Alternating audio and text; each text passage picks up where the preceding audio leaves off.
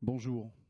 Je vous remercie de l'intérêt que vous portez à la table ronde France-Japon 2022 sur le thème de la société bas carbone à l'horizon 2050 et le rôle des ENR et notamment de l'hydrogène dans cette transition énergétique. Merci à nos prestigieux intervenants de nous consacrer ce temps d'échange. Je suis ravi de participer à ces assises européennes de la transition énergétique dont on peut apprécier depuis hier la qualité des échanges. Nous ouvrons ce soir cette table ronde et je souhaite remercier les organisateurs, Leiko Sakurai et André Haas, pour leur détermination à provoquer les débats. Cette table ronde s'inscrit dans une démarche initiée il y a plusieurs années avec la création des hydrogénies et je tiens à vous en féliciter. Pourquoi avoir pensé ces regards croisés ? En 2020 et 2021, pas moins d'une trentaine d'États dans le monde ont dévoilé leur stratégie hydrogène.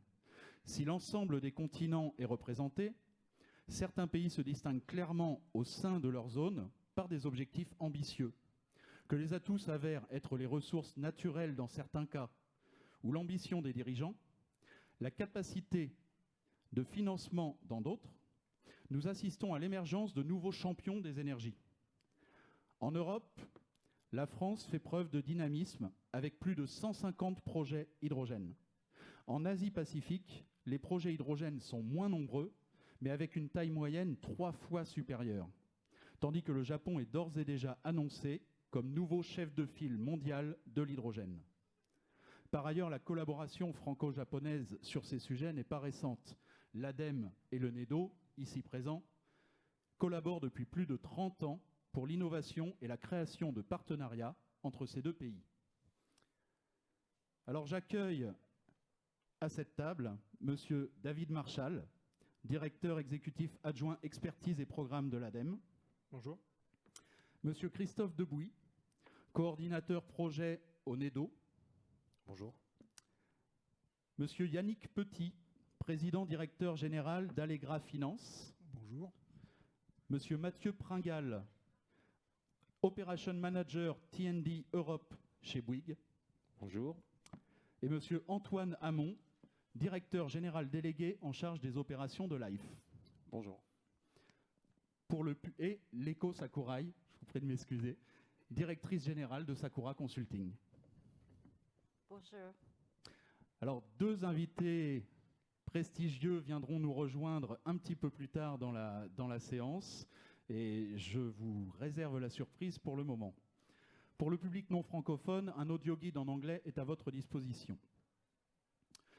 Nous allons démarrer par une petite présentation de BCO Conseil, brièvement pour vous indiquer pourquoi nous sommes aujourd'hui à l'animation de cette table ronde. BCO Conseil est un cabinet qui intervient en stratégie de transition énergétique. Nous intervenons autant pour les entreprises que pour les institutions. Nous accompagnons des initiatives innovantes et vertueuses dans des domaines touchant à la neutralité carbone, plus spécifiquement également à l'hydrogène ou encore au biogaz, et tout ça sur des compétences étendues autour de 3 piliers, la stratégie ENR, le réglementaire et la stratégie marketing. Aujourd'hui, nous avons quelques missions institutionnelles sur lesquelles nous pouvons nous appuyer pour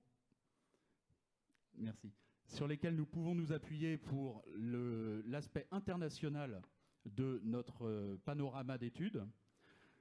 Le Grand Reims, tout d'abord, qui nous a confié son étude de marché local de l'hydrogène, l'aide à la décision pour sa stratégie hydrogène également. Les services industriels de Genève qui nous ont accueillis aimablement aujourd'hui et pour qui nous concevons une stratégie européenne de contractualisation biogaz et hydrogène renouvelable. Mais nous allons également jusqu'au Conseil institutionnel gouvernemental puisque nous accompagnons l'État arménien à travers son fonds souverain R2E2 dans la création, la conception d'un projet pilote hydrogène sur leur territoire. Nous sommes un cabinet indépendant, de dimension internationale et spécialisée. Nous avons donc, vous l'avez compris, des clients publics et privés, français mais également internationaux.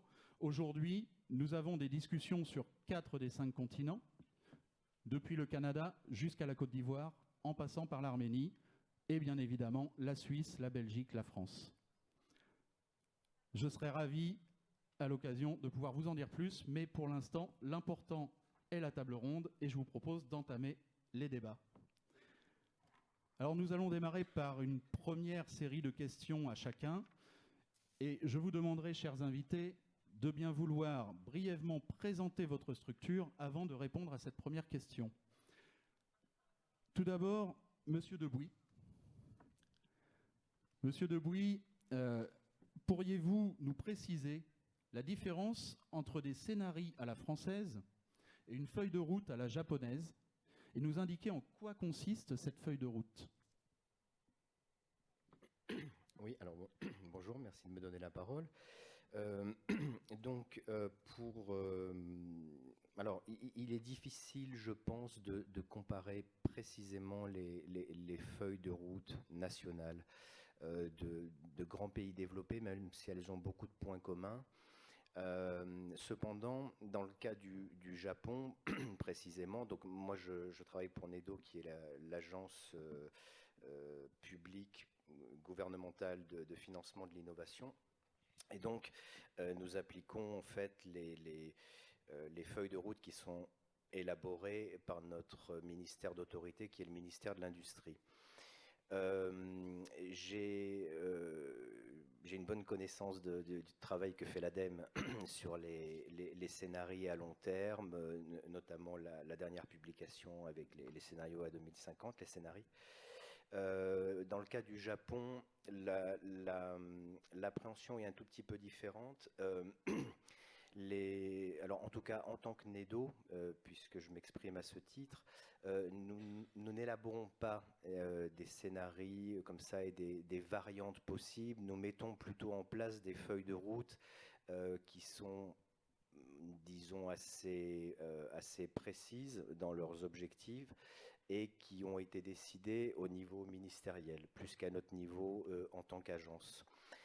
Dans le cas du Japon, et c'est ce que je voulais dire par rapport à la différence entre les pays industrialisés qui sont désormais à peu près tous engagés dans l'hydrogène, c'est que le Japon est un pays qui a énormément de contraintes. On peut rappeler que déjà la population est double de celle de la France, 125 millions d'habitants, et également des contraintes topographiques qui limite dans une certaine mesure l'expansion des énergies renouvelables, puisqu'il y a assez peu de territoires disponibles.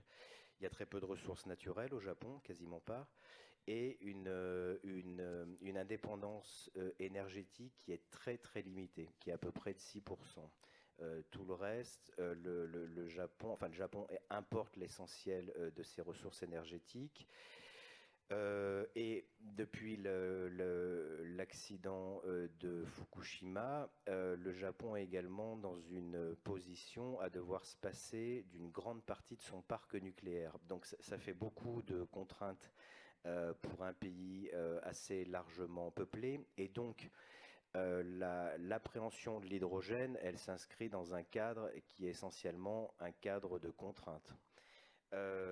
Ceci étant dit, le Japon est, je crois, relativement connu pour s'être penché sur l'hydrogène il y a déjà bien longtemps. Notre agence, donc NEDO, a été créée en 1980 et dès 1989, on a engagé des programmes de R&D assez poussés. Au tout début sur les SOFC, enfin les piles à combustible. Et également, une particularité du Japon, ça a été de déployer de façon très précoce, je crois que c'était à partir de 2009, un système, un programme, de déploiement de piles à combustible résidentielles. Il y en a actuellement 400 000 au Japon. Je crois que c'est le parc le plus important au monde.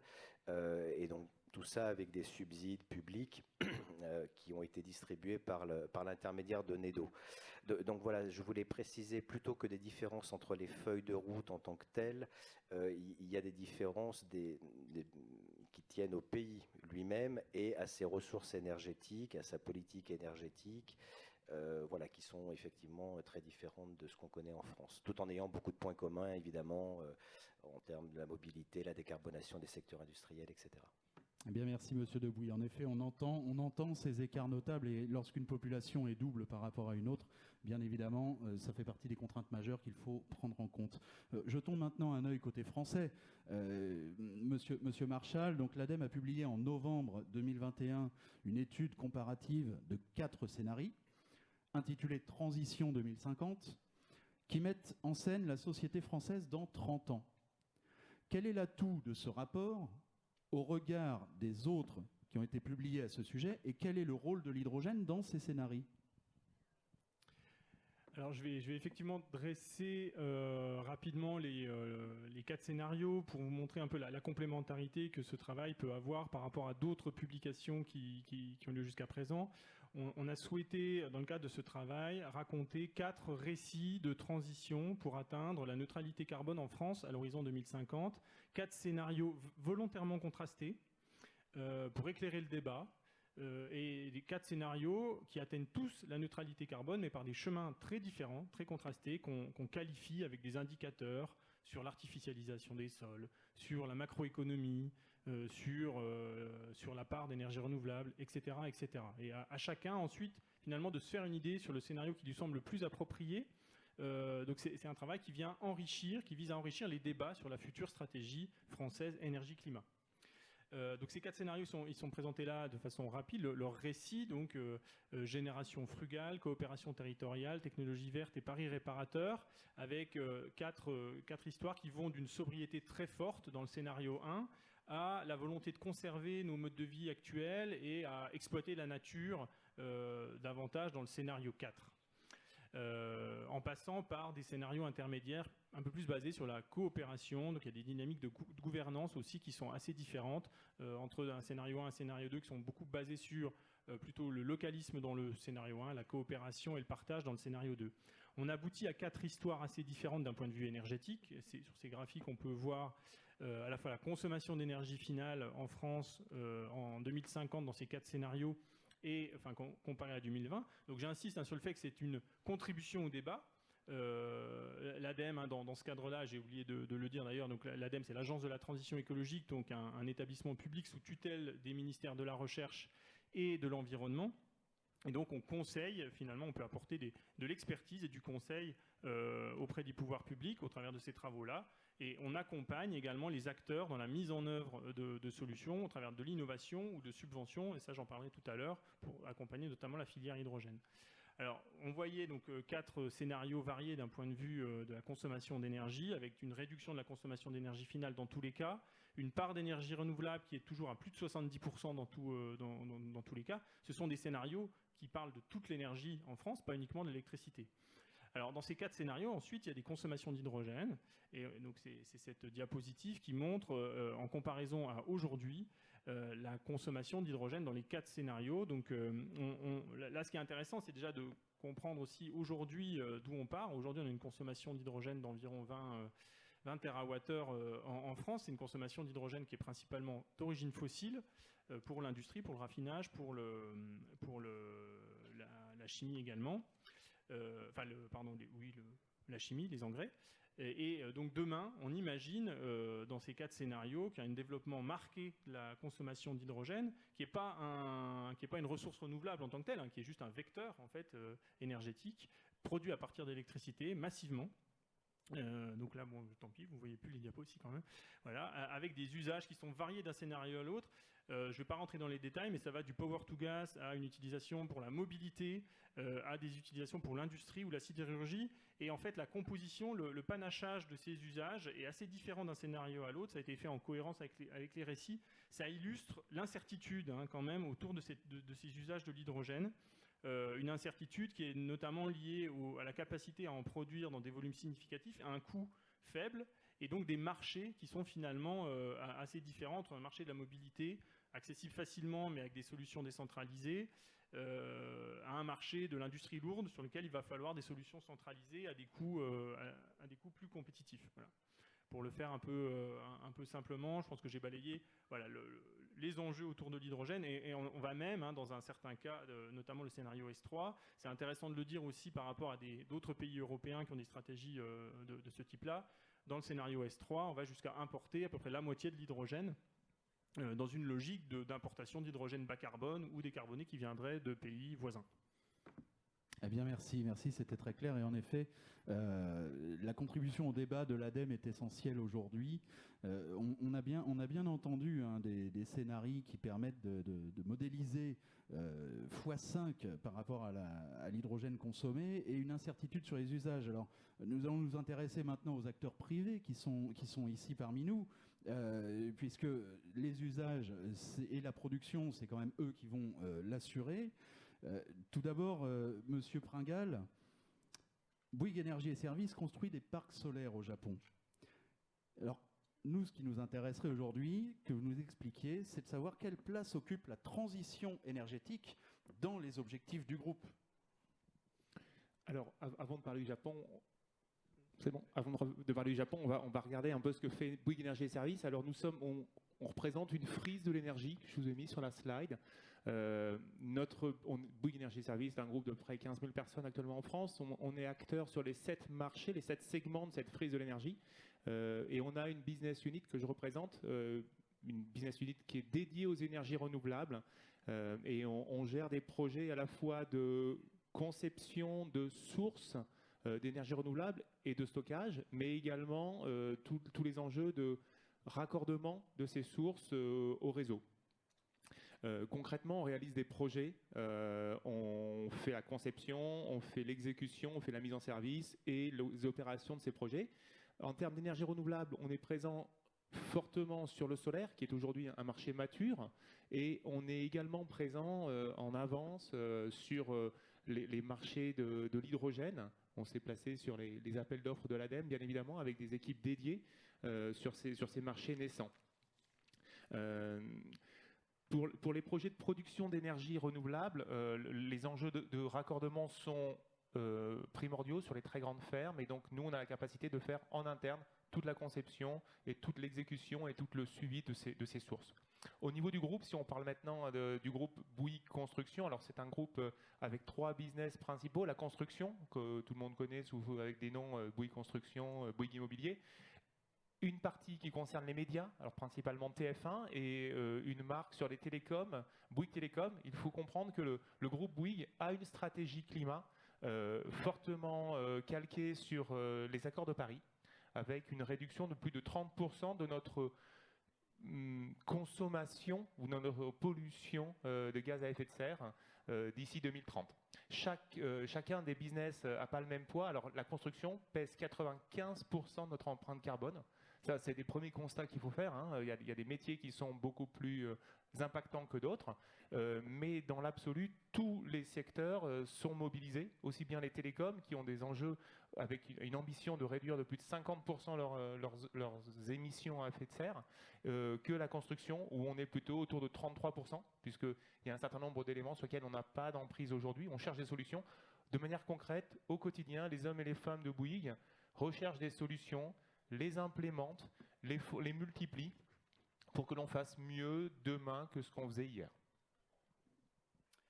Eh bien, merci. En effet, on est conscient de l'aspect rassurant d'avoir des acteurs tels que Bouygues Énergie et Services qui s'intéressent à ces questions depuis bien longtemps. Alors, il y a les grands groupes historiques rassurants, mais on a aussi de jeunes pousses à qui on fait confiance. Et je vais me tourner vers Antoine Hamon.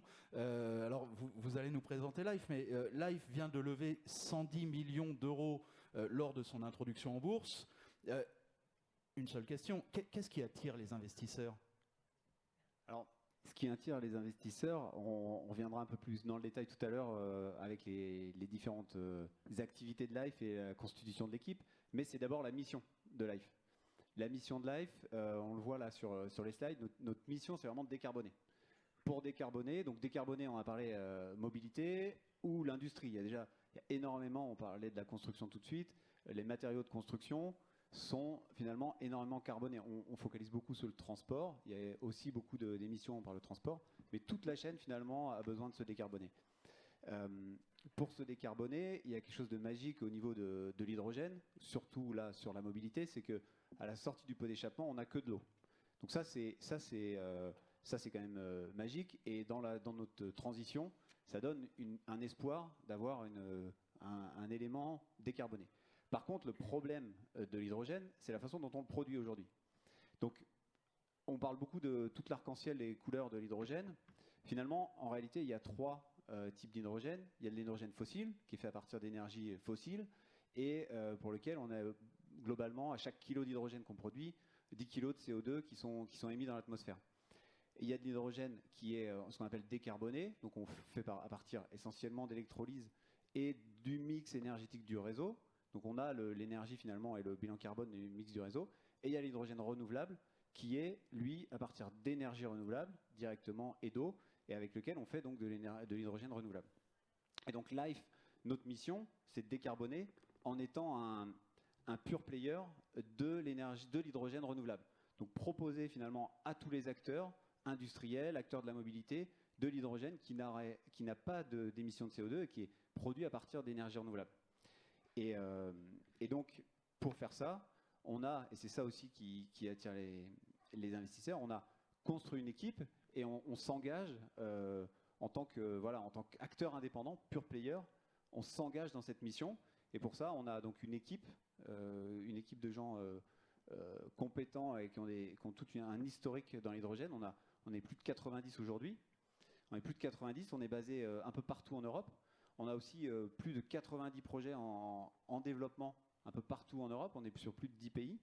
Et on a des développements en cours sur le reste du monde. Eh bien, merci beaucoup. Et en effet, on entend bien ce qui attire les investisseurs. Donc les valeurs, le projet, l'équipe, tout ça, ça tourne autour de ce que concentre LIFE, mais aussi d'autres jeunes pousses, d'autres pépites, comme on dit, peut-être futures licornes un jour, on vous le souhaite.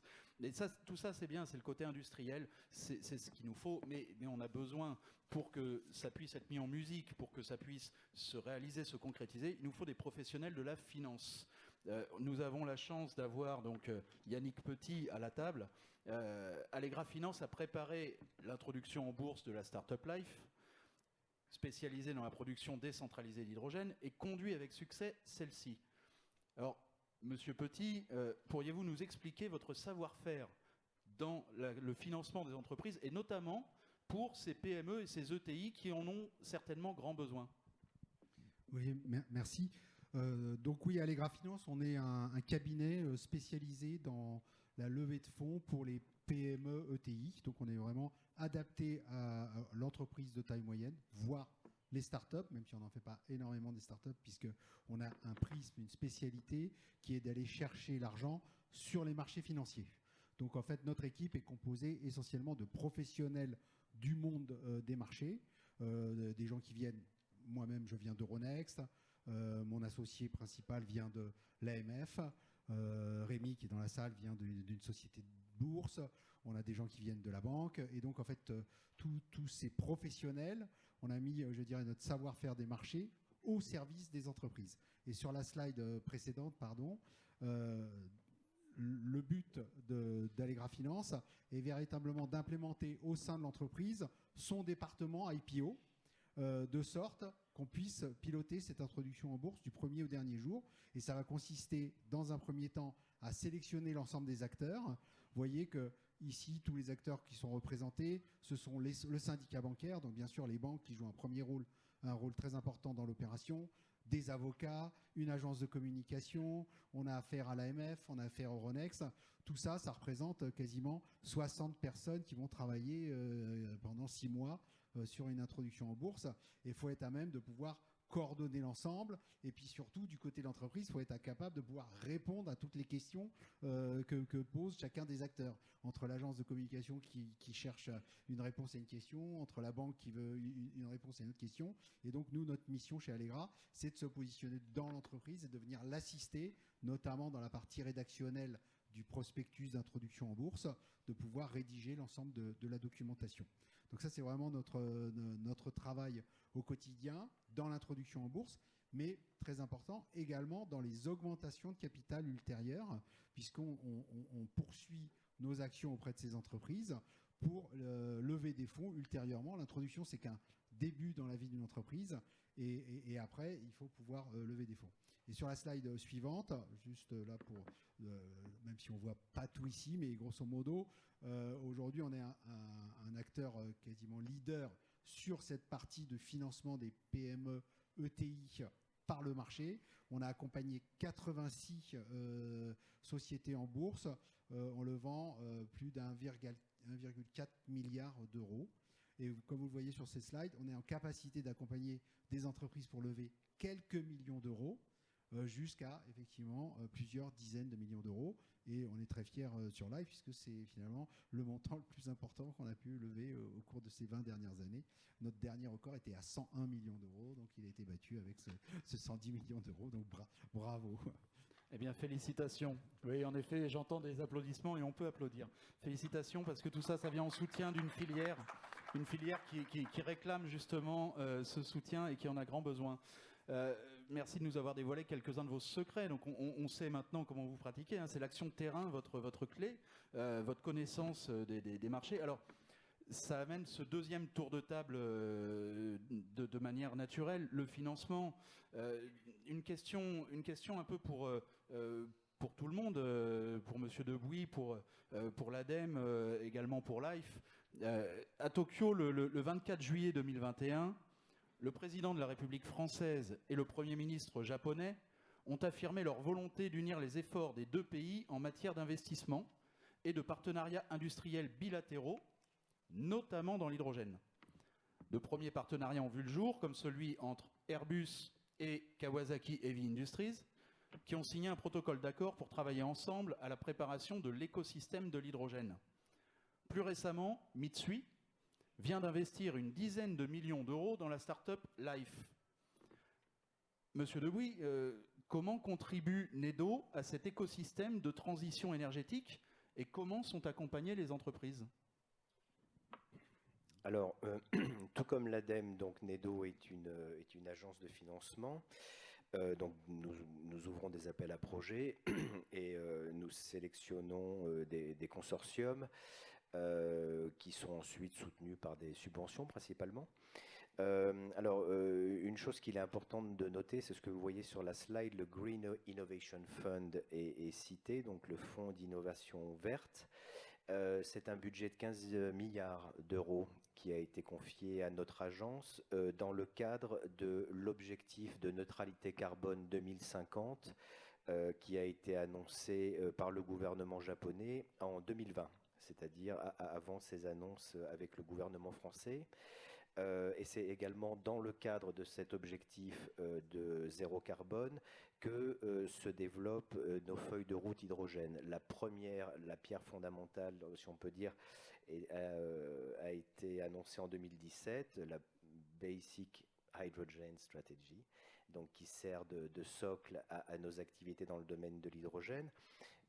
Et alors donc pour ce qui est de l'élaboration de cet écosystème de transition écologique autour de l'hydrogène, notre mission principale, c'est d'en financer la R&D. Donc la R&D des entreprises, mais également en coopération avec les laboratoires publics de recherche. Et nous finançons également des programmes, des démonstrateurs, pardonnez-moi, à l'étranger, donc qui sont des coopérations entre des entreprises japonaises et des entreprises nationales, dépendant du pays où on développe les projets. En l'occurrence, vous avez cité Kawasaki Heavy Industries. Nous finançons actuellement un démonstrateur en Allemagne qui se fait en collaboration avec RWE et qui porte sur des turbines à hydrogène. Donc c'est un exemple d'action. Alors on n'a pas des dizaines de démonstrateurs non plus, c'est des projets assez ponctuels et qui se font vraiment en coopération soit avec des gouvernements, soit avec des autorités locales. Mais nous, notre mission, donc, c'est de financer la R&D en amont sur des TRL, donc c'est-à-dire des niveaux de recherche qui vont à peu près de 4 à 8 sur une échelle de 1 à 10. Donc on est en pré-commercialisation, on finance la R&D des acteurs japonais qui ensuite, eux, développent des projets, des investissements, etc., pour une commercialisation concrète. Donc nous, on est en amont de cette chaîne-là. Très bien, bah écoutez, c'est très clair en effet, et on ne peut que vous féliciter d'accompagner des projets dès la recherche, dès le TRL4, qui est généralement un petit peu délicat. C'est une phase un peu transitoire dans le domaine de la recherche. Exactement, et c'est pour ça qu'on nous a confié autant d'argent public pour justement aider à passer ce cap difficile. Alors, ce qui serait intéressant, Monsieur Marchal, c'est même question, hein, comment l'ADEME contribue à cet écosystème? Alors, l'ADEME est aussi un opérateur du financement et du déploiement de la transition écologique avec donc, cet axe transition écologique et inscrit son action sur l'hydrogène dans le cadre actuellement du plan qui s'appelle France 2030, mais qui prend ses sources également dans les années 2017-2018 avec le plan hydrogène à l'époque. Alors aujourd'hui, France 2030 prévoit donc 9 milliards d'euros sur des systèmes de soutien à l'hydrogène, dont une partie sont confiés à l'ADEME, mais pas tous. Dans France 2030, on prévoit à la fois des soutiens à la R&D, des soutiens au déploiement, des soutiens à l'industrialisation et même des soutiens à la production, avec donc un budget qui est réparti entre les deux. Donc l'ADEME naturellement est un acteur sur la R&D et l'innovation au travers donc de programmes de R&D ou alors de démonstrateurs et d'appels à projets sur les briques technologiques, donc au même titre que l'ANEDO. Non, il faut rester sur la diapo précédente, s'il vous plaît. On est également donc un opérateur qui va financer le déploiement d'écosystèmes de mobilité, d'écosystèmes territoriaux. Donc là, on est sur du déploiement. Le gros sujet de l'hydrogène, hein, c'est qu'on voit bien, je présentais 2050 tout à l'heure, un avenir en 2050 avec des solutions qui devront voir le jour d'ici là. Et la question, c'est comment, entre aujourd'hui et 2050, on trouve des marchés avec une rentabilité où les soutiens publics sont finalement accessibles. Donc le sujet de la mobilité et des écosystèmes territoriaux, c'est une façon de commencer à donner de la visibilité à des acteurs. Et la marche suivante qui est prévue dans à la fois la stratégie hydrogène puis la stratégie de décarbonation de l'industrie, c'est d'aller financer des plus gros électrolyseurs dans l'industrie pour décarboner massivement l'industrie avec des soutiens, des soutiens en subvention et des soutiens aussi donc, à l'OPEX, donc en aide au fonctionnement. Voilà. Alors, j'ai ensuite quelques exemples, effectivement, de projets innovants qu'on a pu soutenir sur le territoire, des démonstrateurs de recherche, là pour le coup, des démonstrateurs pré-industriels, que ce soit donc sur du power to gas, sur de la mobilité, sur des usages industriels, donc par exemple, effectivement, la combustion également d'hydrogène dans l'industrie, également donc sur la mobilité avec des systèmes soit sur la mobilité terrestre, soit sur le ferroviaire. Voilà. Et puis, alors je ne sais pas si je le présente maintenant ou pas, je ne sais plus, voilà, juste le bilan des écosystèmes. On a encore quelques secondes, allez-y. La logique des écosystèmes, hein, c'est une logique de déploiement sur un territoire qui est compliquée puisqu'il faut financer à la fois la production, la distribution et les usages sur un territoire donné de l'hydrogène. Et donc, on a ciblé au départ notamment des territoires qui cherchaient à avoir des émissions, une pollution de l'air limitée, donc notamment des villes dans lesquelles on a financé de la mobilité. Donc ça, c'était les premiers appels à projets écosystèmes de mobilité territoriaux. Et puis dans la deuxième vague d'appels à projets, on est sur des écosystèmes territoriaux où on peut financer à la fois des usages mobilité et des usages industriels. Donc ça va être des bus, des bennes à ordures ménagères, des poids lourds, des véhicules utilitaires légers avec la production d'hydrogène décarboné et renouvelable. Donc là, vous avez les chiffres hein, sur les financements et puis les puissances et le nombre de véhicules. Très bien. Une question du fait qui va résonner hein, pour vous, Monsieur Pringal, parce qu'on rappelle quand même que Bouygues figure dans le top 10 mondial des acteurs du photovoltaïque avec un demi-gigawatt de solaire installé par an. C'est un chiffre quand même qui a une certaine portée. Alors, quelle est la position du groupe Bouygues sur le marché au Japon? Sur quel type d'installation êtes-vous présent? Comment votre action s'articule-t-elle avec celle des développeurs, mais aussi des financeurs de projets?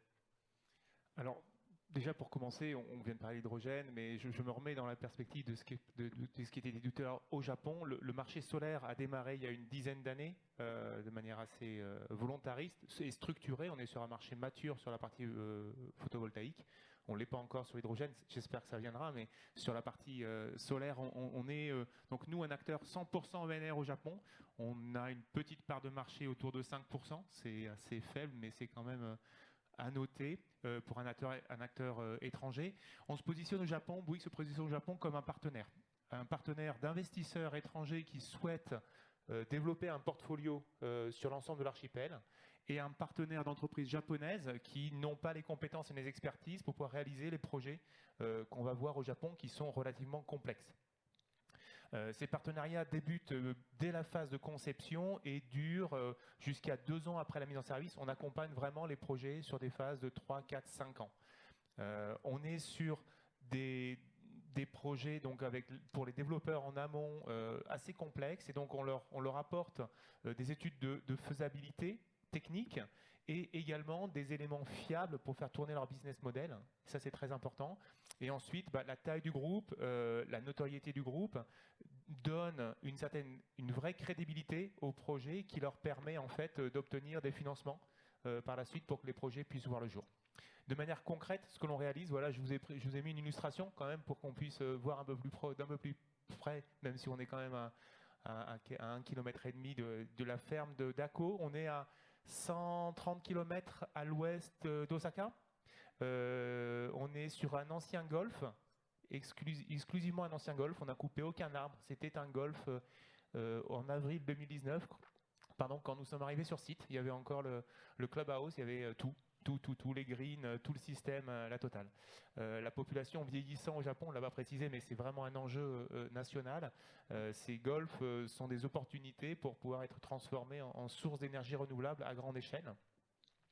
On était donc le client Pacifico Energy, un fonds spécialisé dans les énergies renouvelables sur l'ensemble de l'Asie du Sud-Est, en consortium avec 2 entreprises historiques japonaises, des entreprises qui sont de la même taille que Bouygues Energy Services. On a livré le projet malgré la pandémie. Le projet était, comme je l'ai dit tout à l'heure, en avril 2019. On l'a livré il y a un peu plus d'1 an, avec 1 mois d'avance. C'est les équipes qui ont réalisé ce projet-là, donc à distance. On est actuellement en train de construire notre 4e projet qui ressemble un peu à ça, même si ça ne donnera pas la même photo, mais à 30 km de Fukushima. Donc on a des succès qui s'enchaînent et on est vraiment sur un marché porteur avec des acteurs qui nous accordent une grande confiance. Eh bien, félicitations pour tout ça. On va passer à Monsieur Hamon. Comment avez-vous rencontré Mitsui parce que cet investissement majeur de Mitsui récemment chez vous nous pose question. Comment avez-vous rencontré Mitsui et surtout comment se passe l'accompagnement de votre entreprise par cet investisseur? Alors, on a rencontré Mitsui dans le cadre de nos levées de fonds pré-IPO. Et ce qui est intéressant, c'est comment la rencontre des projets s'est faite. Et on parle beaucoup donc, dans l'hydrogène de projets long terme, de projets de développement sur des gros sites dans très longtemps. Et en fait, j'entendais parler de start-up tout à l'heure. En fait, Life, on est une entreprise industrielle, on est une société industrielle, et aujourd'hui, on a une usine et on livre de l'hydrogène. Aujourd'hui, en France, on est les seuls à pouvoir livrer de l'hydrogène renouvelable, bien évidemment. On est les seuls à pouvoir livrer de l'hydrogène renouvelable, et c'est ça qui a aussi séduit Mitsui et qui séduit les investisseurs, c'est que l'hydrogène et notre mission, elle a débuté bien avant la vague finalement de spotlight sur l'hydrogène, qui fait qu'aujourd'hui on a cette longueur d'avance, cette capacité de livrer, cette longueur d'avance technique aussi au sein des équipes, à la fois d'un point de vue maîtrise des technologies de production d'hydrogène renouvelable. On a finalement l'électrolyseur, l'électrolyse, c'est quelque chose qui existe depuis très longtemps, mais associer l'électrolyse à des énergies renouvelables, c'est quelque chose qui n'est pas fait aujourd'hui, enfin qui n'était pas fait. Donc il y a toute une compétence finalement qui a été trouvée par les équipes de Mitsui chez Life dans le cadre de cette due diligence qui a été faite pour investir chez Life. Et aussi toute une compétence commerciale qui fait qu'aujourd'hui, le portefeuille de projets qui est chez Life est un ou le plus gros dans l'hydrogène renouvelable, avec finalement une couverture de toute l'Europe avec des projets, presque une centaine de projets partout en Europe. et des équipes qui sont à la fois finalement expertes, qui sont expertes dans leur domaine et qui travaillent dans l'hydrogène depuis des années. Et donc, on a donc cette expertise technique, ces sites industriels qui sont en production, ce pipe commercial avec des sites qui vont démarrer, qui vont permettre de faire la suite finalement de ce qui est fait aujourd'hui depuis notre premier site un peu partout en Europe dès l'année prochaine, et aussi toute une expertise en termes de R&D sur tous les domaines de l'hydrogène. On reviendra peut-être tout à l'heure sur notre positionnement, mais on fait finalement on vend de l'hydrogène renouvelable, mais on intègre en interne l'ensemble des compétences du développement à l'engineering, aux opérations et maintenance de nos sites. Ce qui fait de nous finalement un des pure players intégrés sur cette partie énergie hydrogène renouvelable. Et on aura en effet le temps de revenir sur votre positionnement juste après. Monsieur Petit, on a vu que plusieurs sociétés du monde de l'énergie sont entrées en bourse récemment. On a bien compris qu'Allegra Finance était généreux sur ses conseils et sur son partage de recettes. Alors, c'est quoi la recette pour réussir une IPO ? C'est presque basique, mais j'ai mis ici les points clés. Le point de départ, c'est véritablement l'équipe managériale. C'est elle qui porte le projet, c'est sur elle que les investisseurs vont décider l'investissement. Donc clairement, le management et les porteurs de projet, c'est 80% de la réussite de l'opération. Donc on le dit toujours, les hommes, les hommes, les hommes. Les femmes. Ouais, et les femmes, pardon. Et donc le deuxième point, c'est le plan de développement. Il faut un plan de développement ambitieux, parce que la bourse aime l'ambitieux, aime vraiment aller chercher des entreprises qui vont délivrer, qui vont performer dans le futur. À titre d'exemple, Life, en tous les cas, promet au marché, c'est dans des engagements, 200 mégawattheures de production en 2026. Donc voilà la marche, en tous les cas, les objectifs fournis par l'entreprise. Donc vous voyez que c'est ambitieux, mais néanmoins, ce point a été jugé crédible par l'ensemble des acteurs. Donc il faut être ambitieux, mais crédible. Troisième aspect que je mettrai en avant, s'entourer des meilleurs professionnels. J'ai évoqué tout à l'heure l'équipe avec de nombreux acteurs. Il faut les meilleurs à tous les endroits parce que, je dirais, c'est comme une chaîne et la résistance de la chaîne se mesure au maillon le plus faible. Donc il faut que tous les maillons soient vraiment, vraiment costauds. Le quatrième point que je mettrai en avant, et ça c'est vraiment crucial, c'est de bien calibrer l'opération. Dans une introduction en bourse, par exemple, il faut savoir qu'il faut réunir 75% de l'objectif qu'on s'est fixé. Si on fixe 100 millions d'euros, il faut à minima qu'on ait 75 millions d'euros de demande pour que l'opération soit réalisée. À 74,9 millions, l'opération est avortée. Donc vous voyez qu'il ne faut pas se tromper dans le jaugeage de l'opération. Cinquième point, le timing, le bon timing. Il faut que ce soit le bon timing pour l'entreprise, mais malheureusement, il faut que ce soit aussi le bon timing pour le marché. Et je vous avoue, quand il y a la guerre en Ukraine, qu'il y a des marchés qui sont compliqués, se lancer dans une introduction en bourse, c'est pas le plus simple. Mais en tout cas, si les bonnes recettes sont là, on y arrive. Et enfin, le dernier point, sécuriser l'opération avec des cornerstones, c'est-à-dire des investisseurs qui vont parrainer l'opération, qui vont s'engager au démarrage. Très bien, ben en effet, j'avais raison, vous êtes très généreux et on vous en remercie. J'ai noté 2 points, hein, la rigueur et l'ambition.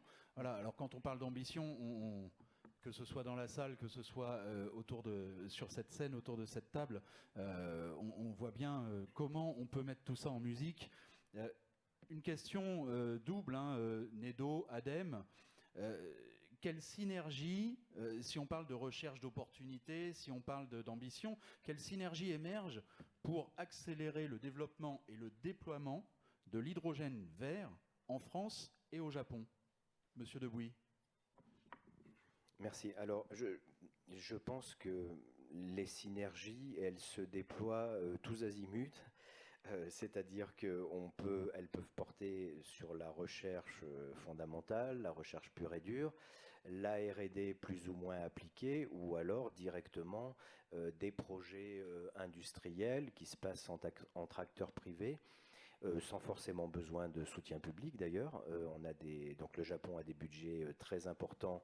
Vous pouvez voir sur la slide en cours les 14 thématiques principales qui ont été retenues par le gouvernement japonais sur lesquels agir pour atteindre la neutralité carbone. Donc c'est très vaste et si vous regardez un peu dans le détail, vous voyez qu'il y a un bloc hydrogène, mais que l'hydrogène apparaît dans différentes applications. La mobilité principalement, la décarbonation des industries fortement émettrices, que ce soit le ciment, l'acier, la chimie. Et dans le cas du Japon, une spécificité donc qui fait partie de la feuille de route qu'on met en place actuellement, c'est la sécurisation d'une chaîne d'approvisionnement internationale. C'est-à-dire que le Japon actuellement mise beaucoup sur la production d'hydrogène vert, mais à l'étranger, et son acheminement vers le Japon. Et donc, parmi les projets qu'on finance, il y a notamment cette chaîne, en fait, alors on a des démonstrateurs avec l'Australie, Brunei également, qui consiste à produire de l'hydrogène sur place, parfois adossé à de la séquestration du carbone pour en faire de l'hydrogène propre, et ensuite son acheminement sous différentes formes, liquéfié notamment, jusqu'au Japon. Donc ça, c'est un point fondamental de la vision japonaise. Il y a bien sûr des initiatives sur le terrain national, si j'ose dire, dans la mobilité. Il y a un déploiement très intense de stations de recharge, notamment, qui se fait aussi main dans la main avec les industriels de la mobilité hydrogène. La Mirai de Toyota date de 2014 déjà, et elle équipe les taxis parisiens Hype. En vue aussi des JO de 2024. Donc ces synergies, elles existent. Je pense que la réduction des coûts est également un facteur important, notamment en ce qui concerne l'utilisation de matériaux précieux. C'est un problème qui se pose aussi dans le domaine de la voiture électrique, par exemple. Mais donc, je pense que ce qui caractérise l'hydrogène, c'est ses applications très larges. Et donc la nécessité d'avoir des synergies à tous les niveaux, y compris des synergies financières comme a été présenté par monsieur, puisque de toute façon le nerf de la guerre reste le même qu'il s'agisse d'hydrogène, de solaire ou quelque autre énergie que ce soit. Donc je pense qu'il faut en exclure aucune et toutes les prendre à bras le corps, sachant que je pense qu'on vit quand même une période, en tout cas pour ce qui concerne l'hydrogène, qui est assez formidable. Quand on voit les montants qui y sont affectés, il faut aussi derrière tout ça qu'il y ait une volonté politique avec des budgets sur la table. Donc dans le cas du Japon, il y a le fonds dont je parlais de 15 milliards d'euros, alors qui ne concerne pas que l'hydrogène, qui concerne différentes facettes de la transition écologique. Mais dans le cas de la France, par exemple, en quelques années, on est passé je crois le plan Hulot était à 100 millions d'euros, désormais on est à 9 milliards, ce qui est quand même une très très bonne nouvelle. Il faut qu'il y ait une accélération dans ces domaines-là, parce que pendant ce temps, les problèmes de changement climatique s'accélèrent à un rythme autrement plus soutenu. Donc les synergies doivent être prises à bras-le-corps, quel que soit le domaine, recherche, innovation, financement, démonstration. Voilà. Et vous faites un lien naturel avec David Marshall, le point de vue de l'ADEME sur ces questions-là. C'est vrai que vous posez une bonne question. On a déjà eu par le passé des collaborations industrielles entre la France et le Japon, notamment sur les smart grids, les réseaux intelligents, avec un démonstrateur Toshiba à Lyon, et puis des actions aussi, je crois, de Bouygues au Japon. Donc effectivement, l'idée de refaire un peu la même chose sur l'hydrogène est tentante. Bon, l'ADEME n'a pas toutes les cartes en main par rapport à ça, donc je ne vais pas répondre sur ce sujet, puisque c'est pour le coup une action qui serait aussi pilotée par notre ministère de l'Industrie. Mais on voit bien qu'il y a, en tout cas par le passé, on a fait des choses en ce sens. Et sur l'innovation, je pense que nos plans d'action sont très cohérents en fait. Vous avez présenté rapidement les axes du fonds innovation. En France, on a France 2030 qui a aussi des priorités qui sont assez similaires sur l'éolien flottant, sur les batteries, sur l'hydrogène, avec peut-être une différence qui est que ces stratégies d'accélération qui sont sous-jacentes à France 2030 englobent la chaîne de valeur, à la fois de la R&D au déploiement, en passant par des questions de compétences, développement des compétences, des questions de démonstration et d'industrialisation. Donc toutes ces phases-là sont intégrées dans les stratégies d'accélération et notamment dans la stratégie d'accélération hydrogène. Excusez-moi. Et peut-être pour terminer, parmi les synergies et les différences, autre point peut-être, je pense que c'était intéressant que vous mentionniez cette histoire d'importation d'hydrogène. Ça fait partie, là pour le coup, de la colonne vertébrale de la stratégie française, qui est vraiment orientée hydrogène décarboné et renouvelable, donc avec une production par électrolyse. Donc ça, c'est une position assez ferme de la France. On ne souhaite pas soutenir la production à partir de fossiles et captage de CO2. Et puis, la position aussi de la France est pour l'instant pas de soutien aux infrastructures de transport d'hydrogène, de pipe. Ça fait une différence aussi assez notable, même s'il y a pas mal d'acteurs en France qui y réfléchissent activement. C'est une différence assez notable, notamment avec nos voisins allemands qui, eux, misent un peu comme le Japon sur des importations massives. Mais je pense que c'est intéressant de comparer ces approches et de voir comment les pays aussi se positionnent sur le soutien à l'innovation par rapport à ces problématiques-là. Et on ressent bien des approches conjointes, des lignes communes, des axes communs entre les deux pays. Alors, dans ces histoires de recherche d'opportunités, Monsieur Petit, tout à l'heure, nous invitait à la rigueur lorsqu'il évoquait les aspects financiers et notamment les IPO. On a un exemple de rigueur. Bouygues Énergie et Services, Monsieur Pringal, Bouygues a observé le marché japonais pendant 15 ans avant de remporter ses premiers contrats de constructeurs. Pouvez-vous nous expliquer cette démarche et la manière dont vos savoir-faire ont pu aider des projets au Japon à atteindre leurs objectifs? Tout à fait. Alors pour la petite histoire, en fait, on a une veille techno, une équipe de veille technologie basée à Tokyo depuis maintenant plus de 15 ans, effectivement, qui a concrétisé beaucoup de partenariats franco-japonais, mais sans aucune opération concrète au Japon.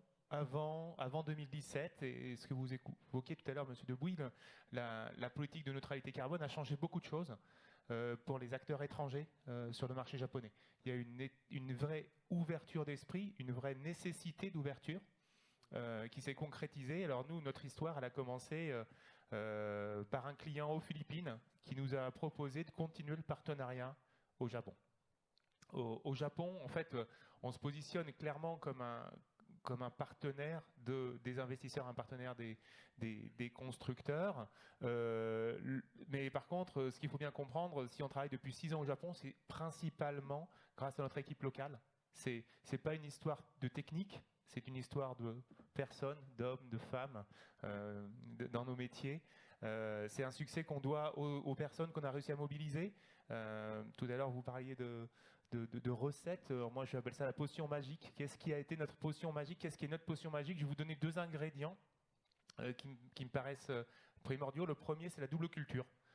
Pour réussir des projets, il faut vraiment des personnes qui sont en même temps, alors voilà, c'est un mot très à la mode, mais en même temps, qui comprennent les 2 langages, qui comprennent les codes des 2 côtés, qui soient capables d'aller au-delà de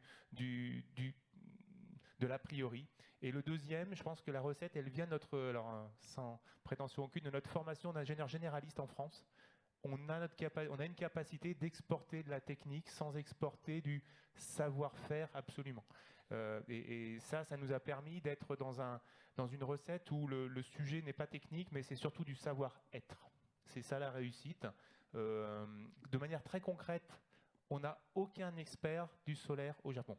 Et ça, c'est volontaire. Toute l'expertise technique est en back-office, est en fonction support.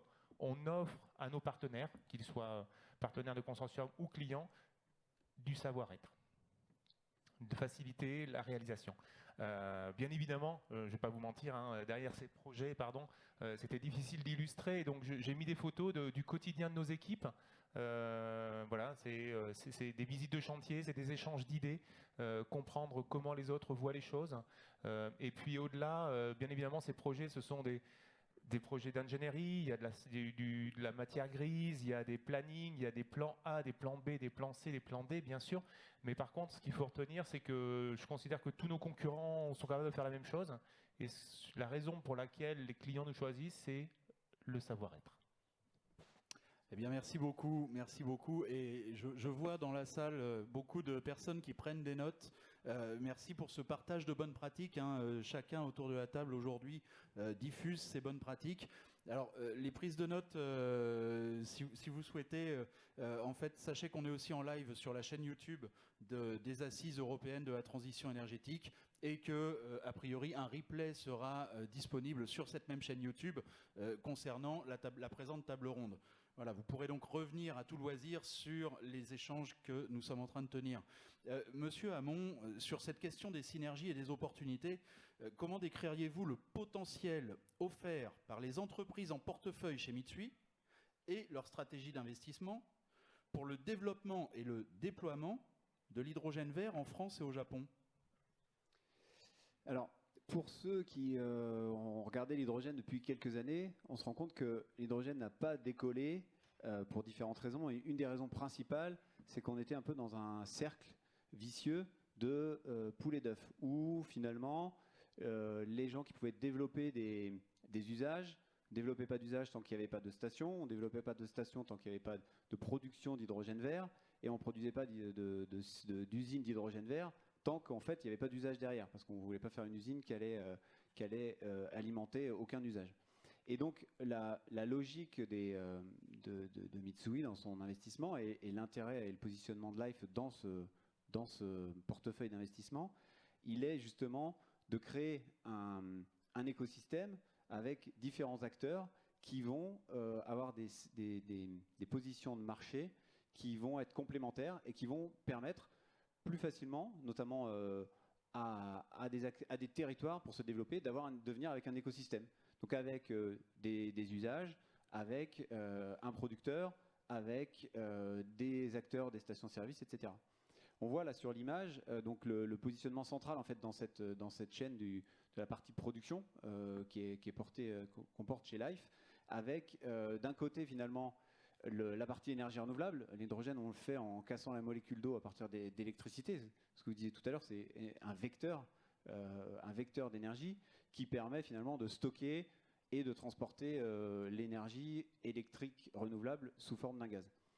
Donc on a d'un côté le partenariat avec ces énergéticiens qui est très important et qui est essentiel finalement pour l'hydrogène et notamment à la fin pour le coût de l'hydrogène et sa disponibilité. On a toute la partie équipement, tous les équipementiers qui vont finalement alimenter nos usines par des électrolyseurs, des conteneurs qui vont nous permettre de transporter l'hydrogène chez des clients. Et en centre, on a donc l'activité de Life où on développe, donc au terme énergie renouvelable du développement, donc on identifie des terrains, on fait des partenariats, on fait tout le permitting et on construit une usine qu'ensuite pour laquelle on fait l'ingénierie, la construction, etc. qu'on va ensuite opérer pour produire de l'hydrogène vert. Et de l'autre côté de la chaîne, qui est finalement ce qui tire toute cette chaîne, c'est les utilisateurs avec tous les usagers de l'hydrogène.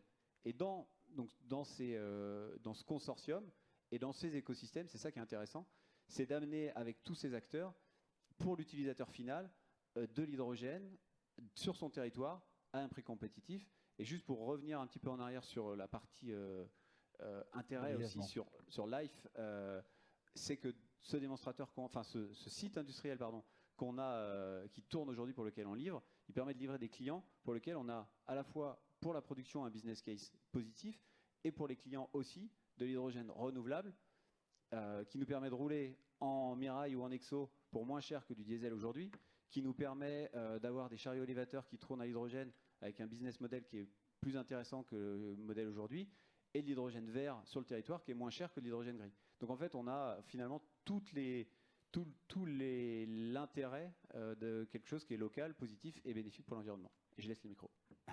Merci. Et je rassure tout le monde, voilà, les coordonnées des personnes présentes à cette table ronde seront disponibles. Hein. Vous avez tout loisir également de reprendre attache avec chacun et chacune des personnes présentes ici, comme vous le souhaiterez à l'issue de la table ronde.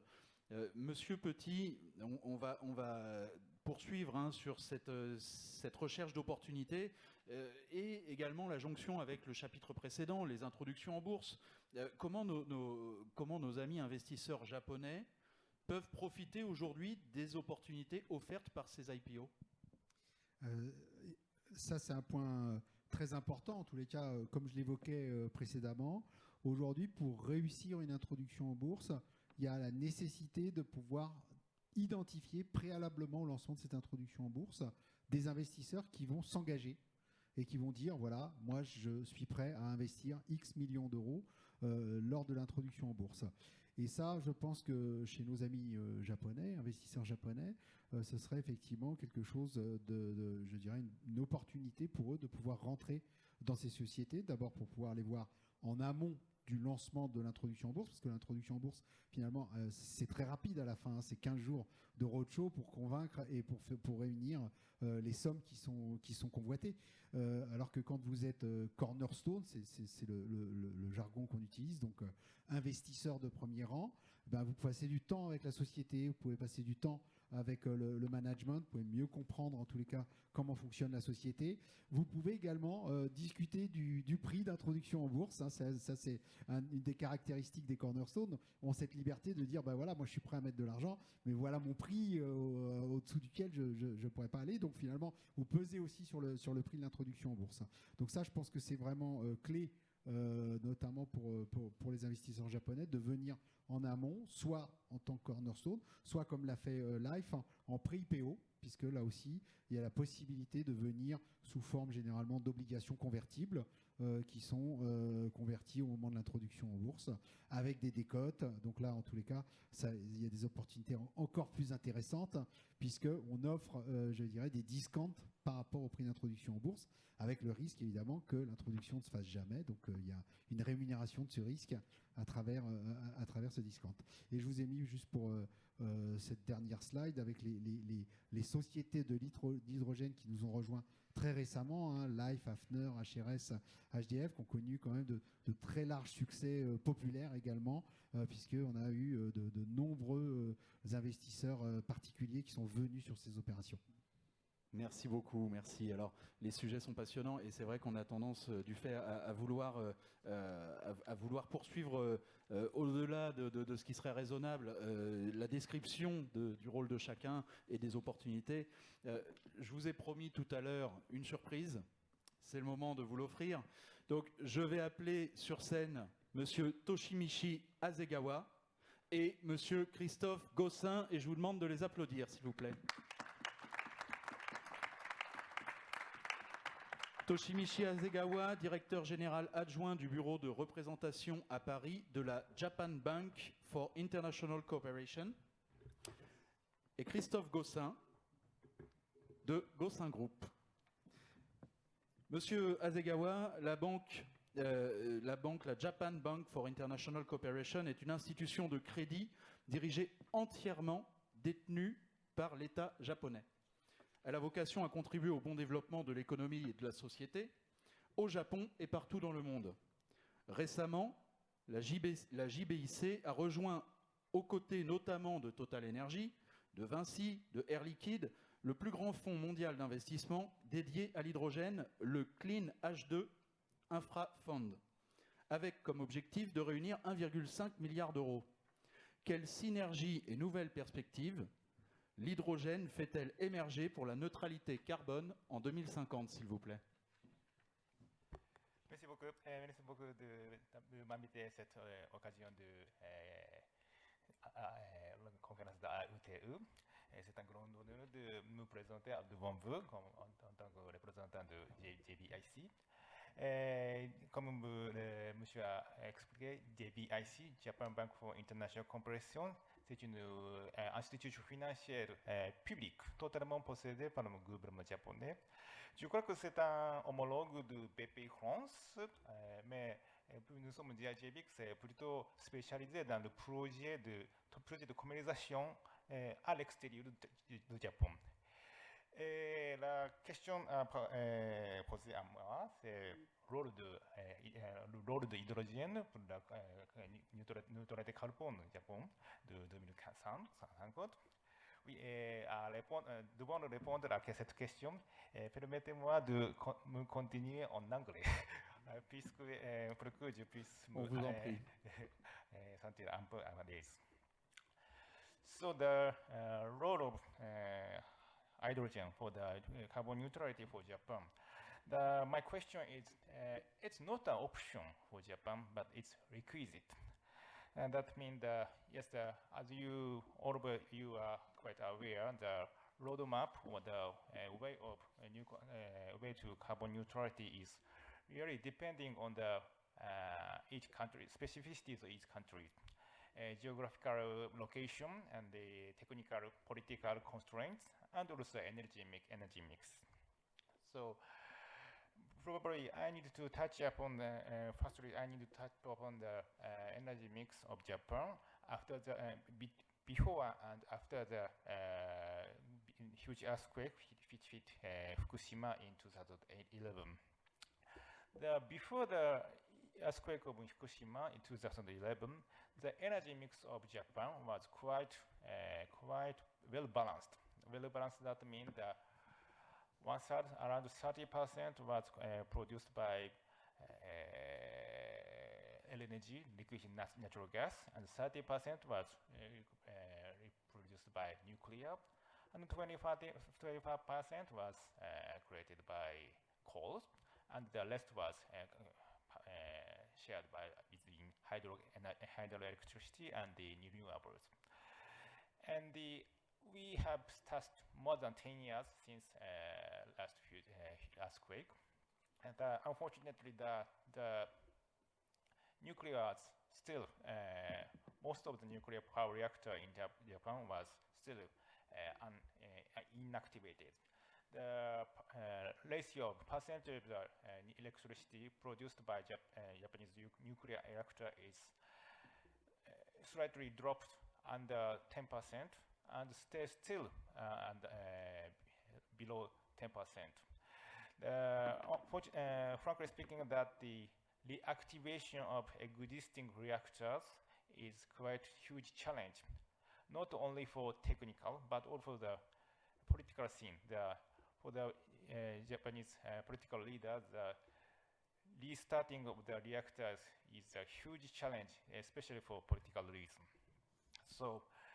Yeah, compared to the situation in France, it's my personal opinion, but the reactivation of the nuclear reactor cannot be a major solution for the carbon neutrality for Japan. So yes, probably the first priority is the promotion of renewable energy, like my colleagues of BRIC are looking for. But also we are very expecting the import of renewable energy produced in overseas. But the question is how to transport renewable energy produced in overseas to Japan. As you already know, that Japan is an island country surrounded by Pacific Ocean. So the pipelines or transmission line for electricity will not be a major solution. So the maritime transportation of hydrogen is very important or requisite, necessary. So in this sense, some Japanese companies are developing the technology for maritime transportation of hydrogen with the aid of NEDO. Thanks to that, Kawasaki or the companies, we have some opportunity or some options: liquid hydrogen or ammonium or other type of chemical products contain hydrogen molecule. At this moment, we do not identify which will be the best solution. Probably the best solution will also depend on the situation, market, or yes, each of these technology has its advantage and disadvantage. So now we are open to such possibility of several technologies. And compared to NEDO and ADMA, who is supporting the research and development, we JBIC is more specialized in the financing for commercial projects. So we are very happy or keen to support future projects based on the collaboration between Japanese company and the French company, not only for Europe, but not only for Japan, but also all over the country. So we are very, I'm very much excited to see the many type of collaboration between Life and Mitsui and Gosan and the Japanese company, Toyota and Mirai. So in near future, I'm looking for the opportunity to support the concrete project, commercial project, or the hydrogen production, transportation, usage, on collaboration with the Japanese and French European companies. Thank you very much for this opportunity. Domo arigato, Hasegawa-san.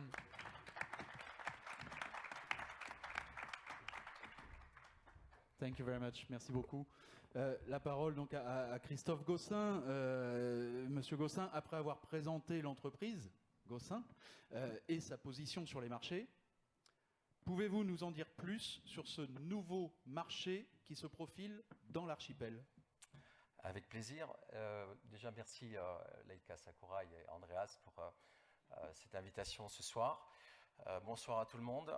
Je suis très heureux de pouvoir témoigner sous un angle de réalisation. Vous expliquer à travers les slides qui vont suivre plusieurs sujets. Le premier, c'est ce côté un peu incroyable d'avoir fait le premier camion qui a parcouru le Dakar en début d'année en Arabie Saoudite dans le rallye raid le plus difficile, hein, qui est le rallye Dakar. Le deuxième aspect, c'est de vous présenter la gamme de véhicules que nous proposons à destination des entreprises portuaires et aussi les centres logistiques. Et puis, fort de ce succès au Dakar, on s'est senti un peu triomphant et on a décidé de faire le tour du monde. Et c'est un tour du monde qui va faire plusieurs fois d'ailleurs le tour du monde avec vous le verrez, donc un ensemble de véhicules qui va faire d'ailleurs plusieurs fois le tour du monde avec des points importants comme la COP27 à Sharm el-Sheikh en Égypte cette année. L'année prochaine, ça sera à Abu Dhabi. Si on veut vraiment être des acteurs et agir contre le dérèglement climatique, faisons-le tout de suite et tous ensemble. Parce qu'il y a un couple énorme qui est nécessaire pour donner la puissance. C'est cette propulsion incroyable où on arrache et de manière continue. On a le contrôle et on a toujours de la puissance pour franchir les dunes.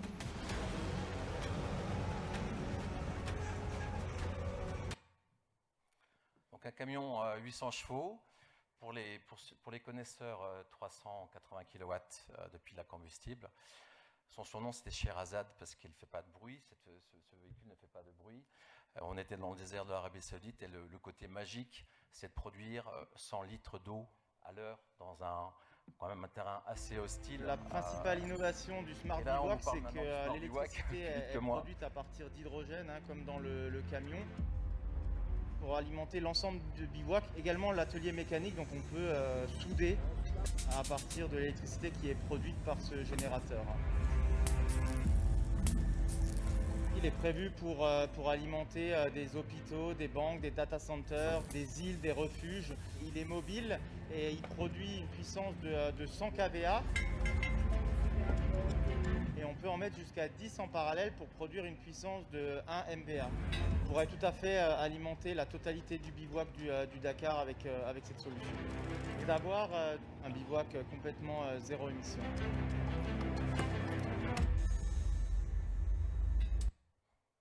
Voilà, donc c'était une première mondiale, hein, vous le comprenez bien.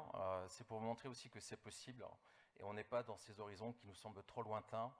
On est à quelques pas de l'ONU, hein, c'est à Genève. Vous avez généralement, enfin, c'est le secrétaire général qui martèle sans arrêt en disant il faut faire quelque chose, lutter contre le réchauffement climatique. Et lui, il est sur une période de 3 ans. Et c'est bien aussi d'apprécier la différence. C'est pour ça qu'on parle d'une transition énergétique. Cette transition, nous, on s'inscrit en disant on veut l'accélérer. Ça prend trop de temps. Et une small cap comme nous, on est coté en bourse, Gossin, et d'ailleurs je salue l'équipe d'Allegra, puisqu'ils sur 150 millions de fonds levés, ils en ont fait à peu près la moitié. Donc c'est possible aujourd'hui. Et nous, on fait du chiffre d'affaires. Là, on va faire un peu plus de 100 millions d'euros sur ces véhicules que vous allez voir, avec de la marge. Donc, pas la peine, en quelque sorte. On est là pour montrer qu'on peut aller beaucoup plus vite. Et si une small cap comme Gossin peut le faire, je pense que bien des grands groupes peuvent aller beaucoup plus vite. Là, vous avez un véhicule 75 tonnes dédié aux opérations portuaires. Alors, les slides vont un peu vite. On a un business model un peu original. C'est celui de s'étendre à l'étranger via le transfert de technologie. Un exemple sur le Japon, on a signé hier un accord confidentiel avec une blue chip. We signed an agreement yesterday with a very beautiful Japanese company. So it's signed, and we have the idea to manufacture on place, to made in Japan. Pourquoi? Parce qu'en fait, les avantages, c'est le premier, c'est que vous avez des producteurs, des distributeurs d'hydrogène. Un peu partout dans le monde, le coût de l'hydrogène, c'est essentiellement la distribution. C'est-à-dire que c'est 20% sur la prod, 80% sur la distribution. C'est à peu près les ratios qu'il y a dans le monde. Si on peut éviter de transporter l'hydrogène, si on peut produire sur place, comme vous l'avez vu sur le slide, et je trouve que ça va un peu trop vite pour la lecture, si on revient sur le slide du Japon, je pense que c'est intéressant, on ira plus vite sur les autres. L'intérêt, c'est un business model qui est très attractif. Pourquoi ? Eh bien parce que ça évite de transporter l'hydrogène. On peut fabriquer très facilement sur un terminal portuaire. C'est un endroit qui s'y prête bien. Il n'y a pas le problème du refoulement, de savoir où est-ce que je vais pouvoir recharger mon hydrogène. Et derrière les ports, vous avez les entrepôts logistiques. Donc il y a là de nature à avoir des paybacks très rapides sur la fabrication d'hydrogène que l'on peut faire sur place. Ensuite, c'est l'idée d'intégrer, en fabriquant par exemple au Japon, c'est d'intégrer des composants locaux. Par exemple, Toyota a une superbe pile à combustible, on peut très bien l'intégrer localement. Éviter de transporter la marchandise, parce que vous avez peut-être vu que les taux de fret ont multiplié par 7 en moyenne l'année dernière, et ça continue encore de monter. Il y a encore des problèmes de transit, vous pouvez attendre 5 semaines à Long Beach pour être déchargé. Donc, si on peut éviter de transporter, puis à la fin, tout ce que l'on fait est assez technique. Donc, si on peut faire un service après-vente de premier ordre, donc fabriquer localement et avoir un service vraiment de haut de gamme sur place au Japon. Donc, c'est notre système à travers le monde. On vient juste de signer le Canada, on a signé la Nouvelle-Zélande, l'Australie. On veut développer une quarantaine de licences à travers le monde. Et là, on est sur les slides maintenant d'aller donc sur la partie route. Voilà, donc là, c'est la mission, on se sent investi.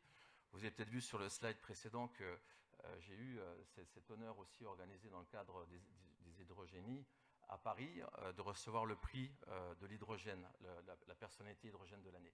Alors quand c'est comme ça, on se sent investi d'une mission. Ce prix d'ailleurs, je l'ai dédié à nos enfants et aux enfants de nos enfants en disant il faut faire quelque chose.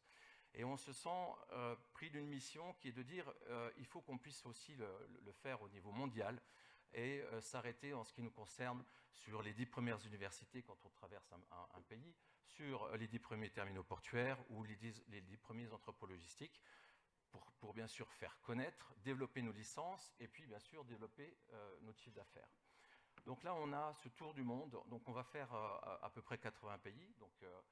Et on a quelques spots. Donc en ce moment, le camion est à Québec. D'ailleurs, c'est l'occasion aussi, comme c'est le camion qui a fait le Dakar, on peut le copiloter. On avait 2 ministres, même 3 ministres à Québec. Donc ils ont fait cette expérience de pouvoir être au volant du Dakar. Et ces véhicules vont revenir donc là à partir d'ici 3 semaines. Depuis Halifax, on va faire les grandes universités, on va faire le MIT, on va faire Stanford, on est accueillis à bras ouverts avec ces exemples. Et puis bien sûr, ça intéresse les jeunes, ça intéresse les étudiants qui se sentent aussi concernés, je crois encore plus que nous, par ce problème de réchauffement climatique. Et donc on va passer par Glasgow et puis on va, je crois sur les slides suivants, cette fois-ci, on peut aller sur Sharm el-Sheikh, gros événement. 40 000 personnes, un peu plus de 120 chefs d'État avec leur délégation.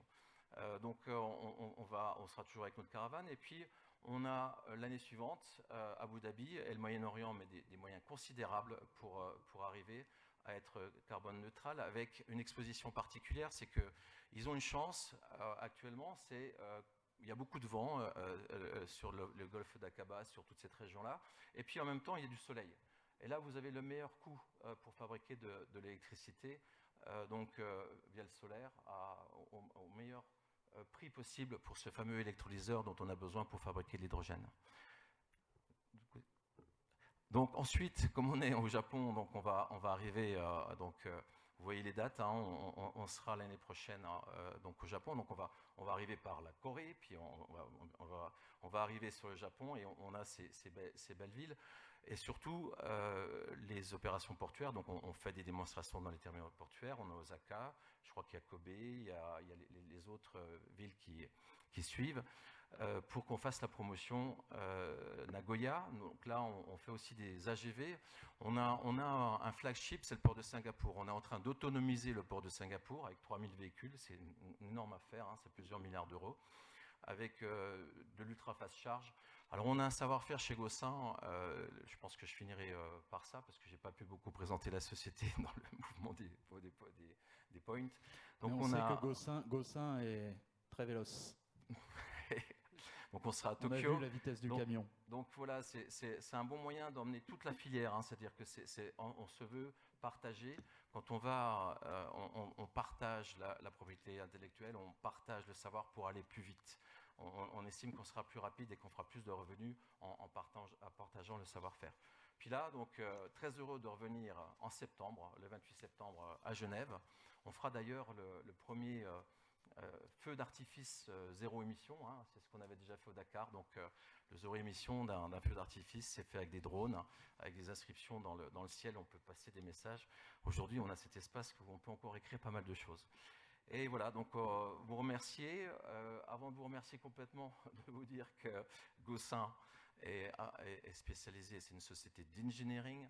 On est spécialisé dans la mobilité, avant tout des transports et des marchandises propres. On a un peu plus de 50 000 véhicules à travers le monde. On a des clients prestigieux. J'en ai cité un tout à l'heure, le port de Singapour est un client prestigieux. On a une activité cargo, notamment Qatar Airways, qui est le premier opérateur donc, sur du cargo fret, aussi avec des véhicules. Sur le véhicule logistique, on a un contrat cadre énorme avec Amazon, qui est un Master Purchase Agreement avec UPS. Donc c'est pour vous dire que la société Gossin a arrêté les véhicules thermiques il y a maintenant plus de 10 ans. En 2012, on a fait le choix d'arrêter complètement toute la partie véhicules thermiques. On a hérité d'un transfert de technologie du CEA sur le savoir-faire d'intégration de n'importe quel type de batterie, puisqu'il y a différentes batteries qui conviennent bien pour le chaud, pour le froid, pour faire de l'ultra fast charge. Hérité d'un transfert de technologie sur la partie hydrogène. Et donc on est en avance de phase, on pense qu'on a à peu près 5 ans d'avance sur un marché, et je finirai sur ces mots, qui est énorme, le marché du transport. C'est un marché qui représente 10% du PIB mondial. Si vous avez l'idée de ce qu'est le PIB mondial, c'est à peu près un peu 81 trilliards, donc ça fait 8 000 milliards. Et j'aime bien le mettre en correspondance avec les 9 milliards dont on parle, parce que c'est un marché qui est énorme et qui propose pour l'ensemble de la filière hydrogène un potentiel incroyable en termes de chiffre d'affaires et pour des années et des années à venir. On ne parle pas de 5 ans, de 10 ans, c'est vraiment du 15 ans, du 20 ans. Merci beaucoup. Merci, on peut applaudir bien fort, Monsieur Gossin. En effet, c'est vrai qu'on est minuté, on s'en excuse encore, mais encore une fois, les intervenants seront à votre disposition. Il n'y a pas de séance de questions, mais vous avez les coordonnées de chacun. On va finir par un dernier tour de table. Alors, je vais demander à tous d'être concis. Hein. On est conscient d'avoir un petit peu débordé. Préparons la suite de tout ça. Voilà, on a vu donc les opportunités, les partenariats bilatéraux, les collaborations, les projets communs. D'abord, Mathieu Pringal, pour envisager le futur de cette collaboration, qu'est-ce que vous pourriez attendre de la part du Japon, mais aussi de la France, comme soutien, notamment dans les énergies renouvelables? Alors, clairement, on a vu que malgré le fait que le Japon soit à la pointe de la technologie, il y a des ouvertures qui existent, il y a des échanges qui existent, il faut les promouvoir.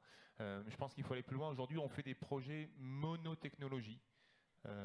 Du PV tout seul. Il faut qu'on aille plus loin, plus vite sur des projets et c'est les enjeux de la transition énergétique, c'est de massifier en particulier la solarisation. Monsieur Gosselin, vous l'exprimiez tout à l'heure sur les pays du Golfe. Il faut qu'on puisse faire des méga fermes solaires là où ça gêne personne pour pouvoir transformer cette énergie en d'autres choses, en énergie qu'on va pouvoir utiliser ailleurs et plus tard, alors qu'elle est disponible instantanément et que ce qu'on n'a pas réussi à capter pendant la minute, ça n'existe plus.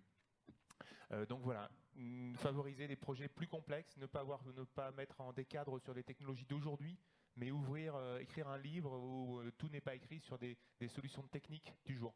Et puis pour reprendre aussi vos mots, Monsieur Gosselin, je pense penser à nos enfants. Moi je le vis au quotidien avec mes collaborateurs, favoriser les échanges universitaires, interculturels, les idées vont en sortir. On ne peut pas résoudre notre enjeu de transition énergétique à l'échelle d'un pays.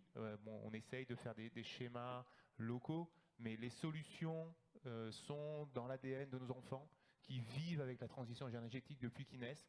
Nous sommes des héritiers, on y arrive trop tard. On est en train de monter à bord, d'essayer d'être des acteurs, mais nos enfants sont beaucoup plus imprégnés que ça. Et il faut être capable de leur donner ces opportunités pour aller plus vite et plus loin. Eh bien, tout à fait. Je crois que c'est un message qui ne peut faire que sens après une telle table ronde. Monsieur Hamon, même question, mais peut-être un peu plus vers l'hydrogène pour vous. Oui, mais je vais rebondir sur ce qui vient d'être dit. Plus vite, plus loin, c'est exactement ce qu'on veut, ce qu'il faut faire pour tout le monde. Et nous, on l'a vu tout à l'heure, on est au centre.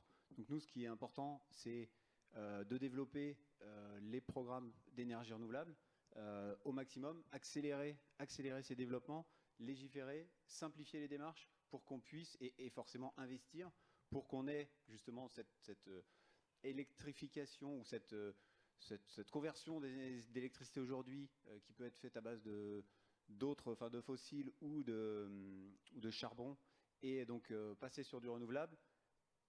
De ce côté-là. De l'autre côté, il faut développer les usages. On l'a vu avec des super exemples là, juste avant.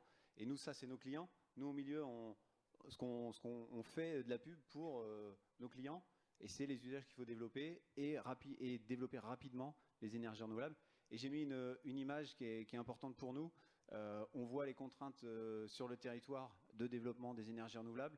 Ce qu'on fait chez Live, c'est qu'on investit massivement sur l'hydrogène offshore. On pense qu'on a une capacité de développement avec du vent beaucoup plus stable et beaucoup plus puissant en offshore, avec des capacités de développement des énergies renouvelables beaucoup plus fortes, une possibilité d'avoir de l'hydrogène fait sur place qui répond à les problématiques de rapporter l'électricité sur Terre. Et sur des territoires comme le Japon, on a des vraies opportunités qui sont complémentaires avec la transition vers les énergies renouvelables dédiées à l'hydrogène. Eh bien, merci beaucoup. Je pense que tout ça va dans le bon sens et rejoint d'ailleurs ce que M. Pringal avait pu évoquer juste avant. Alors, du côté d'Allegra Finance, M. Petit, qu'est-ce qui, dans les démarches nationales, japonaises, françaises, pourrait venir favoriser, créer un contexte porteur pour développer l'hydrogène ? Je crois que, comme j'avais évoqué, l'argent, c'est le nerf de la guerre. Les entreprises ont besoin d'argent pour se développer. Aujourd'hui, on va chercher l'argent principalement, en tout cas lors d'introduction, en Europe, pas mal aussi aux États-Unis, parce qu'il y a quand même beaucoup d'investisseurs américains qui investissent sur les valeurs en France. Et finalement, trop peu de Japonais. Et donc, il y a une nécessité de promotion, et peut-être à nous d'organiser certainement, à l'image de la caravane de Gosselin, et de pouvoir, pourquoi pas, venir avec le secteur hydrogène au Japon, présenter finalement les technologies et les valeurs françaises qui sont sur ce secteur. C'est peut-être tout simplement, en tous les cas, en montrant les choses, qu'on va inciter certainement les investisseurs à se prononcer.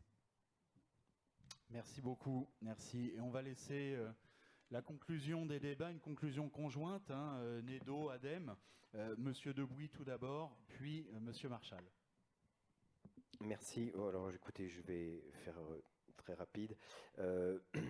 D'abord, merci à Sakura Consulting pour leur invitation d'avoir participé à ce panel. J'en étais ravi par la diversité des intervenants. Je pense que c'est une très bonne nouvelle de savoir que désormais des entreprises de tailles différentes, des financiers, des agences publiques et les décisionnaires politiques, ainsi évidemment que la population. On n'a pas parlé d'acceptation publique, mais c'est une question qui va être soulevée également dans les temps qui viennent. Je pense que toutes les énergies, sans mauvais jeu de mots, vont être bonnes à prendre, et que l'intégralité des acteurs ayant un rôle à jouer dans cette chaîne et dans ce développement de l'hydrogène, que la multiplicité de ces acteurs et leur coopération nous donne une carte en plus dans le jeu pour faire face au changement climatique, que ce soit la France, le Japon ou les pays en voie de développement qui vont prendre de plein fouet la vague avant les autres, visiblement. De toute façon, on est tous dans le même bateau. Voilà, si ce bateau-là peut être à hydrogène, c'est une bonne nouvelle. Merci. Merci, je trouve que c'était effectivement très intéressant. Alors nous à l'ADEME, je disais que l'avenir de l'hydrogène était encore incertain. Il y a la question de la compétitivité, puis il y a la question de la pertinence environnementale de l'hydrogène sur les véhicules, par exemple.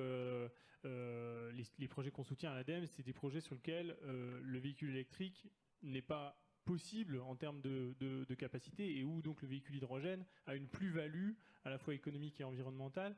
Et je trouve ce qui était intéressant dans cette table ronde, c'était de voir finalement, oui, les acteurs économiques qui portent ces projets et qui viennent démontrer leur faisabilité. Je trouve que c'est très important devant cet avenir qui est encore incertain. Il faut qu'on arrive à concrétiser des choses, et nous à l'ADEME, on est là pour accompagner ces projets, que ce soit à l'amont, R&D démonstration, ou à l'aval avec les nouveaux dispositifs qui sont en train de se mettre en place là, sur le financement de gros électrolyseurs dans l'industrie, par exemple, pour décarboner l'industrie lourde, et sur lequel on va activement aussi se pencher. Voilà, merci à tous pour vos interventions.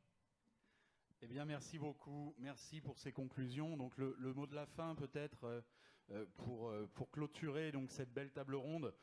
Merci pour les nombreux éléments, les bonnes pratiques que vous avez pu partager, les présentations que vous avez fait chacun et chacune.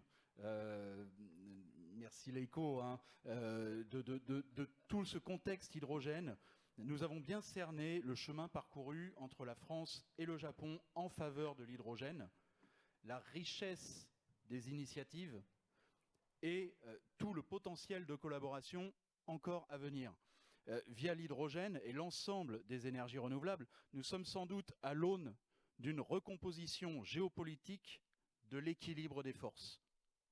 Chez BCO Conseil, notre expérience de l'accompagnement des institutions nous confirme que plus que jamais, il s'agira pour les États de bâtir une stratégie solide, holistique, ambitieuse et vertueuse. Alors merci d'avoir participé à ce qui est probablement, et je vais peut-être vous surprendre, l'une des dernières éditions des Assises européennes de la transition énergétique. Pourquoi? Parce qu'aujourd'hui, les solutions existent. On en a eu des démonstrations tout au long de la table ronde. La volonté politique est affirmée, ça nous a été confirmé côté NEDO, côté ADEME. Les acteurs, ils sont là, ils sont devant vous. Donc il n'est plus temps de parler de transition. La transition soupçonnerait des actions temporaires. Si on a fait confiance aux entreprises présentes devant vous, c'est pour leur capacité à transformer durablement et en profondeur le monde énergétique actuel. Bouygues, Gossin, Life, Allegra et toutes les filières qu'ils représentent sont les bâtisseurs du monde énergétique de demain. Domo arigato, merci beaucoup de votre attention, à très bientôt.